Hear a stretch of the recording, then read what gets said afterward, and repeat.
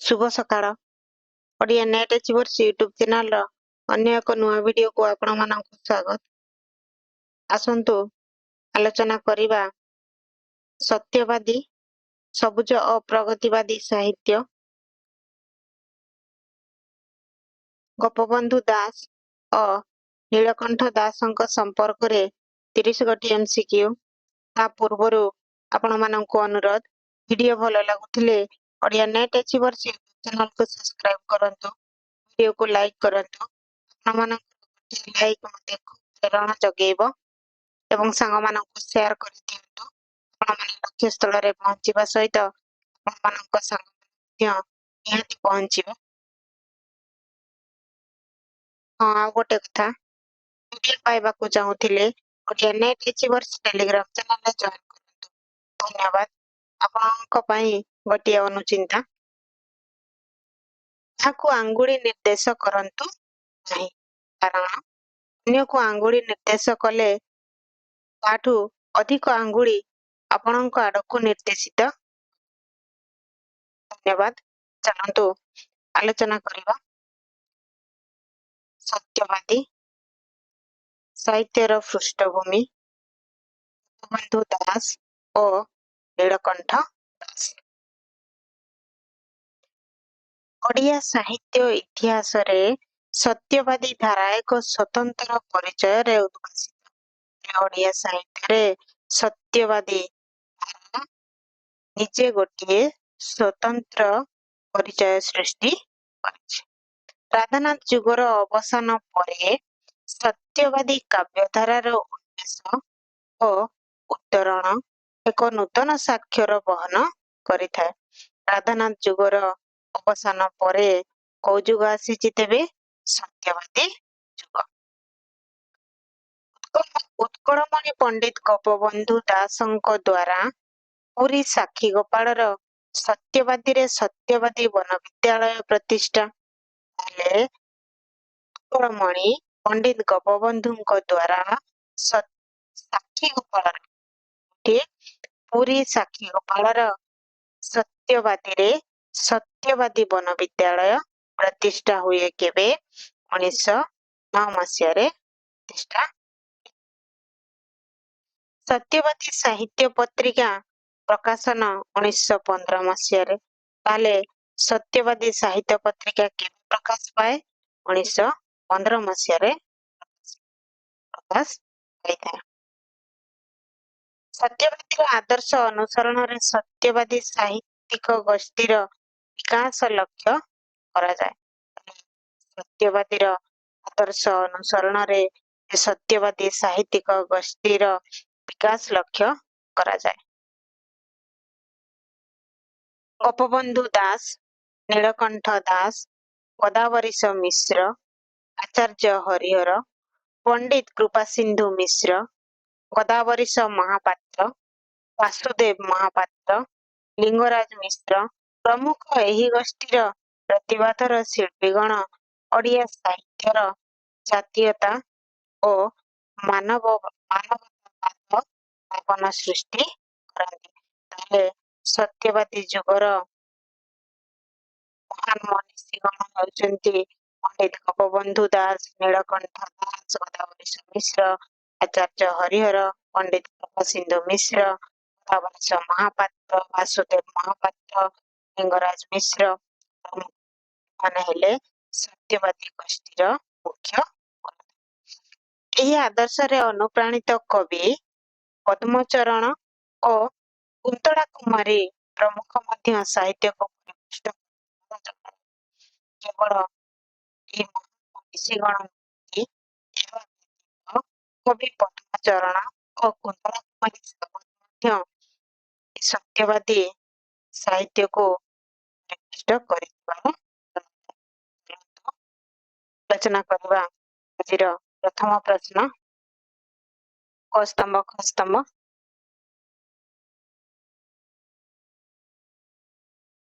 जोटा सहज जोटा आपण जानचंती वर्ग संयोग गोपबंधु दास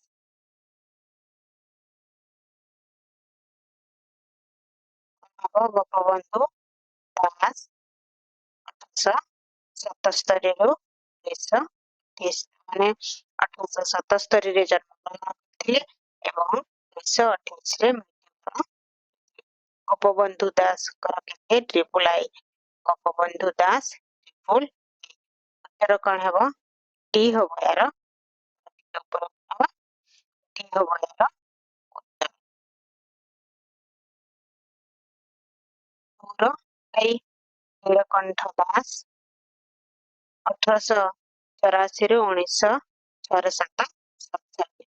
ଗୋଦାବରୀଶ ମିଶ୍ର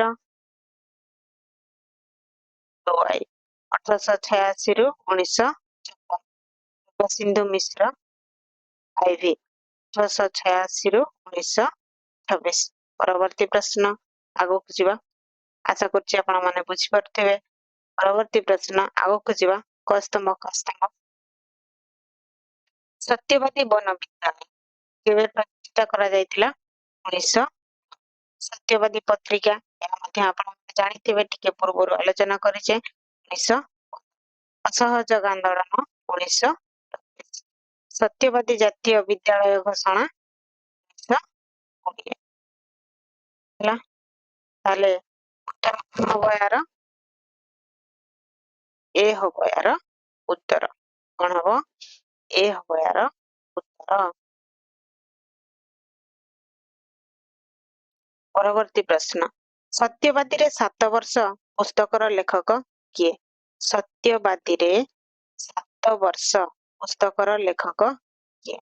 ନୀଳକଣ୍ଠ ଦାସ, ଚନ୍ଦ୍ରଶେଖର ମିଶ୍ର, ଆଚାର୍ଯ୍ୟ ହରିହର, ବାସୁଦେବ ମହାପାତ୍ର। 3 ନମ୍ବର ପ୍ରଶ୍ନର ଉତ୍ତର କଣ ହବ? ଚନ୍ଦ୍ରଶେଖର ମିଶ୍ର। ପରବର୍ତ୍ତୀ ପ୍ରଶ୍ନ ଯିବା। ସେ ସାଥୀ ହେ ସାରଥୀ କେଉଁ ମହାପୁରୁଷଙ୍କ ଉପରେ ବିରଚିତ? ହେ ସାଥୀ ହେ ସାରଥୀ କେଉଁ ମହାପୁରୁଷଙ୍କ ଉପରେ ବିରଚିତ? ଏ ଗୋଦାବରୀଶ ମିଶ୍ର, ବି କୃପାସିନ୍ଧୁ ମିଶ୍ର, ସି ଗୋପବନ୍ଧୁ ଦାସ, ଡି ଆଚାର୍ଯ୍ୟ ହରିହର। 4 ନମ୍ବର ପ୍ରଶ୍ନର ଉତ୍ତର କଣ ହେବ? ହେ ସାଥୀ ହେ ସାରଥୀ କେଉଁ ମହାପୁରୁଷଙ୍କ ଉପରେ ବିରଚିତ? ଗୋପବନ୍ଧୁ ଦାସଙ୍କ ଉପରେ ବିରଚିତ। ପରବର୍ତ୍ତୀ ପ୍ରଶ୍ନ ଆଗକୁ ଯିବା। ଉତ୍କଳ ସମ୍ମିଳନୀର ପ୍ରଥମ ସଭା କେଉଁଠାରେ ଅନୁଷ୍ଠିତ ହୋଇଥିଲା? ଉତ୍କଳ ସମ୍ମିଳନୀର ପ୍ରଥମ ସଭା କେଉଁଠାରେ ଅନୁଷ୍ଠିତ ହୋଇଥିଲା? କେଉଁଠାରେ ଅନୁଷ୍ଠିତ ହୋଇଥିଲା? କଟକ। ଆକୁ ମନେ ରଖିବେ, କୋଉଠି ଅନୁଷ୍ଠିତ ହୋଇଥିଲା? କଟକରେ ଅନୁଷ୍ଠିତ ହୋଇଥିଲା। ପରବର୍ତ୍ତୀ ପ୍ରଶ୍ନ ଆଗକୁ ଯିବା। ସତ୍ୟବାଦୀ ପତ୍ରିକା ପ୍ରଥମେ କେଉଁଠାରୁ ପ୍ରକାଶ ପାଇଥିଲା? ସତ୍ୟବାଦୀ ପତ୍ରିକା ପ୍ରଥମେ କେଉଁଠାରୁ ପ୍ରକାଶ ପାଇଥିଲା? 6 ନମ୍ବର ପ୍ରଶ୍ନର ଉତ୍ତର କଣ ହେବ? ବ୍ରହ୍ମପୁର। ମନେ ରଖିବେ, ସତ୍ୟବାଦୀ ପତ୍ରିକା ପ୍ରଥମେ ବ୍ରହ୍ମପୁର ଠାରୁ ପ୍ରକାଶ ପାଇଥିଲା। ପରବର୍ତ୍ତୀ ପ୍ରଶ୍ନ ସମାଜ କେଉଁ ମସିହାରେ ଆତ୍ମପ୍ରକାଶ କରିଥିଲା? ସମାଜ କେଉଁ ମସିହାରେ ଆତ୍ମପ୍ରକାଶ କରିଥିଲା? 7 ନମ୍ବର ପ୍ରଶ୍ନର ଉତ୍ତର କଣ ହେବ? ସମାଜ 1919। ପରବର୍ତ୍ତୀ ପ୍ରଶ୍ନ ପ୍ରଥମେ ସମାଜ କିପରି ପ୍ରକାଶ ପାଇଥିଲା? ପ୍ରଥମେ ସମାଜ କିପରି ପ୍ରକାଶ ପାଇଥିଲା? ଏ ପାକ୍ଷିକ, ସାପ୍ତାହିକ, ମାସିକ। ନମ୍ବର ପ୍ରଶ୍ନର ଉତ୍ତର କଣ ହେବ? ବି ପ୍ରଥମେ ସାପ୍ତାହିକ ଭାବରେ ସମାଜ ପ୍ରକାଶ ପାଇଥିଲା। 8 ନମ୍ବର ପ୍ରଶ୍ନର ଉତ୍ତର କଲେ ବି। ପରବର୍ତ୍ତୀ ପ୍ରଶ୍ନ ସତ୍ୟବାଦୀ ସାହିତ୍ୟର ମୁଖ୍ୟ ଆଦର୍ଶ କଣ? ସତ୍ୟବାଦୀ ସାହିତ୍ୟର ମୁଖ୍ୟ ଆଦର୍ଶ କଣ? 9 ନମ୍ବର ପ୍ରଶ୍ନର ଉତ୍ତର କଣ ହେବ? ଉଗ୍ର ଜାତୀୟତା ହେଉଛି ସତ୍ୟବାଦୀ ଆଦର୍ଶର ମୁଖ୍ୟ।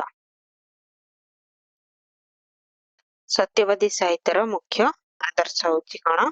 ଉଗ୍ର ଜାତୀୟତା। ପରବର୍ତ୍ତୀ ପ୍ରଶ୍ନ ଏମାନଙ୍କ ମଧ୍ୟରୁ କିଏ ସତ୍ୟବାଦୀର ଶିକ୍ଷକ ନଥିଲେ? ଏମାନଙ୍କ ମଧ୍ୟରୁ କିଏ ସତ୍ୟବାଦୀର ଶିକ୍ଷକ ନଥିଲେ? 10 ନମ୍ବର ପ୍ରଶ୍ନର ଉତ୍ତର କଣ ହେବ? କୃପାସିନ୍ଧୁ ମିଶ୍ର, ନୀଳକଣ୍ଠ ଦାସ, ଆଚାର୍ଯ୍ୟ ହରିହର, ଗୋପବନ୍ଧୁ ଦାସ।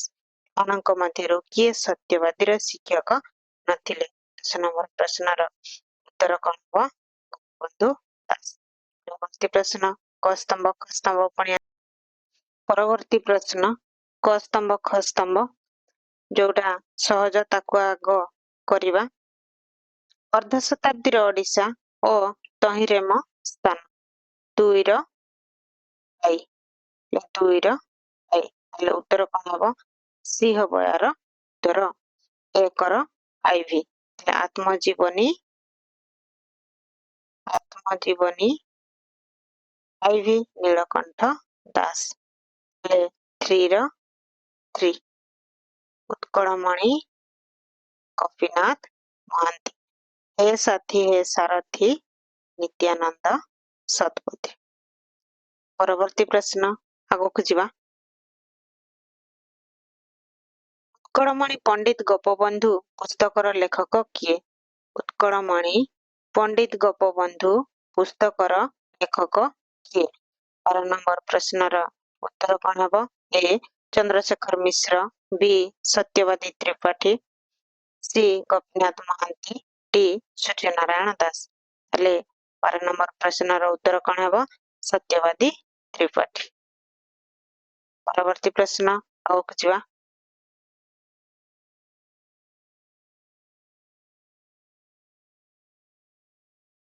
କେଉଁ କାବ୍ୟ ଗ୍ରନ୍ଥଟି ଗୋପବନ୍ଧୁଙ୍କ ବନ୍ଦୀ ଜୀବନ ପୂର୍ବରୁ ରଚିତ? କେଉଁ କାବ୍ୟ ଗ୍ରନ୍ଥଟି ଗୋପବନ୍ଧୁଙ୍କ ବନ୍ଦୀ ଜୀବନ ପୂର୍ବରୁ ରଚିତ? 13 ନମ୍ବର ପ୍ରଶ୍ନର ଉତ୍ତର କଣ ହେବ? ଅବକାଶ ଚିନ୍ତା। ପରବର୍ତ୍ତୀ ପ୍ରଶ୍ନ ଗୋପବନ୍ଧୁ କାହାଙ୍କ ଦ୍ୱାରା ଅନୁପ୍ରାଣିତ ହୋଇ ଦେଶ ସେବାରେ ନିଜକୁ ନିୟୋଜିତ କରିଥିଲେ? ଗୋପବନ୍ଧୁ ଦାସ କାହାଙ୍କ ଦ୍ୱାରା ଅନୁପ୍ରାଣିତ ହୋଇ ଦେଶ ସେବାରେ ନିଜକୁ ନିୟୋଜିତ କରିଥିଲେ? 14 ନମ୍ବର ପ୍ରଶ୍ନର ଉତ୍ତର କଣ ହେବ? ମୁକ୍ତାର ରାମଚନ୍ଦ୍ର ଦାସଙ୍କ ଦ୍ୱାରା ଅନୁପ୍ରାଣିତ ହୋଇ ଦେଶ ସେବାରେ ନିଜକୁ ନିୟୋଜିତ କରିଥିଲେ। ପରବର୍ତ୍ତୀ ପ୍ରଶ୍ନ ଆଗକୁ ଯିବା।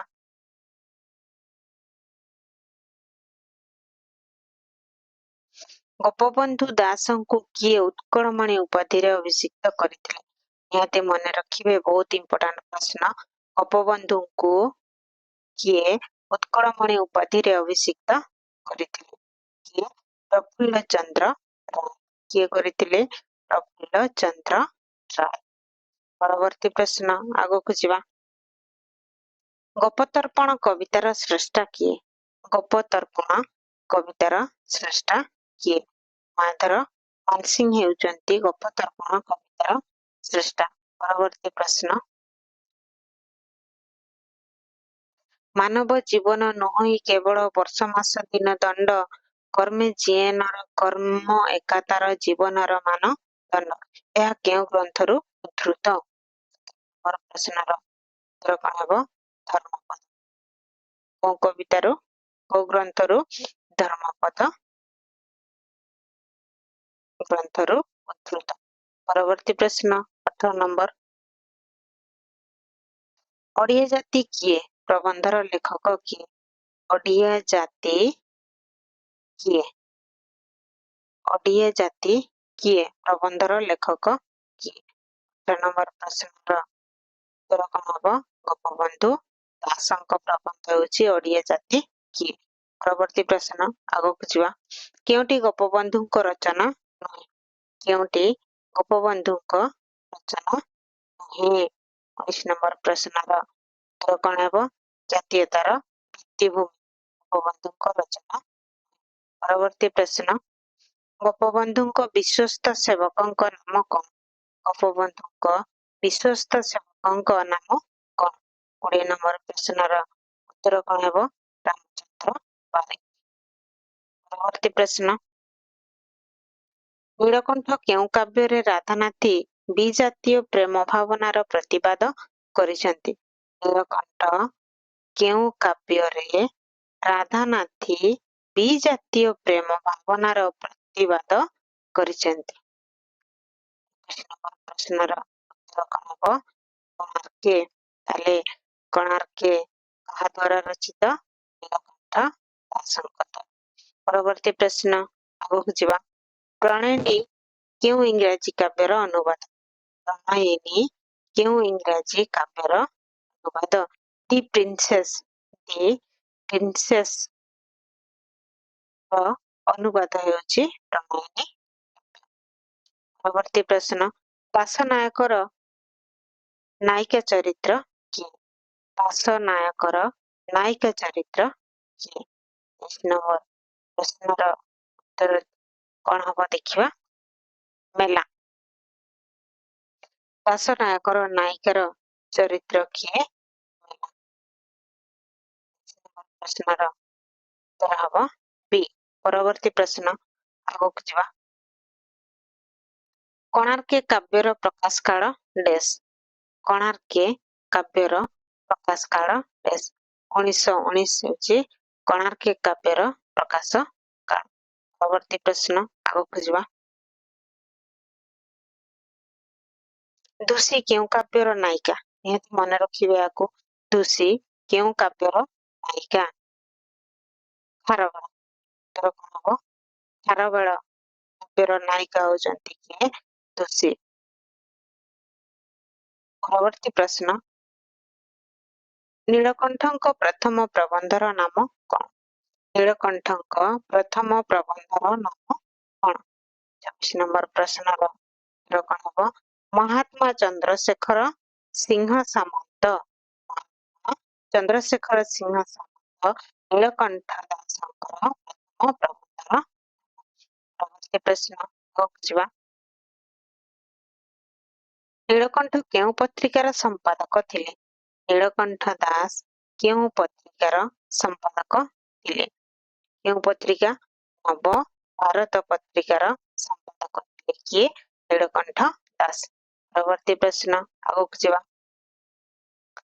ନୀଳକଣ୍ଠ କେଉଁ ପତ୍ରିକାର ସମ୍ପାଦନା ସହିତ ଜଡିତ ନଥିଲେ? ନୀଳକଣ୍ଠ ଦାସ କେଉଁ ପତ୍ରିକାର ସମ୍ପାଦନା ସହିତ ଜଡିତ ନଥିଲେ? ହେଲେ 28 ନମ୍ବର ପ୍ରଶ୍ନର ଉତ୍ତର କଣ ହବ? ଆଧୁନିକ। ନୀଳକଣ୍ଠ ଦାସ ଆଧୁନିକ ପତ୍ରିକାର ସମ୍ପାଦନା ସହିତ ଜଡିତ ନଥିଲେ। ପରବର୍ତ୍ତୀ ପ୍ରଶ୍ନ, ମନୀଷ କି ପ୍ରକାର ପ୍ରବନ୍ଧ? ମନୀଷ ନୀଳକଣ୍ଠ ଦାସଙ୍କର କି ପ୍ରକାର ପ୍ରବନ୍ଧ? ସଂସ୍କାର ମୂଳକ ପ୍ରବନ୍ଧ। ମନୀଷ ନୀଳକଣ୍ଠ ଦାସଙ୍କର ସଂସ୍କାର ମୂଳକ ପ୍ରବନ୍ଧ। ପରବର୍ତ୍ତୀ ପ୍ରଶ୍ନ ଏବଂ ଆଜିର ଶେଷ ପ୍ରଶ୍ନ, ଓଡ଼ିଶା ସାହିତ୍ୟ ଏକାଡେମୀର ପ୍ରଥମ ସଭାପତି କିଏ? ଓଡ଼ିଶା ସାହିତ୍ୟ ଏକାଡେମୀର ପ୍ରଥମ ସଭାପତି କିଏ?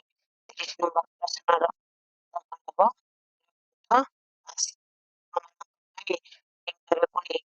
ଉତ୍ତର। ଭିଡିଓଟି ଯଦି ଭଲ ଲାଗୁଛି ତାହେଲେ ଲାଇକ୍, ସେୟାର ଏବଂ ସବସ୍କ୍ରାଇବ କରିବାକୁ ଭୁଲିବେ ନାହିଁ। ଧନ୍ୟବାଦ।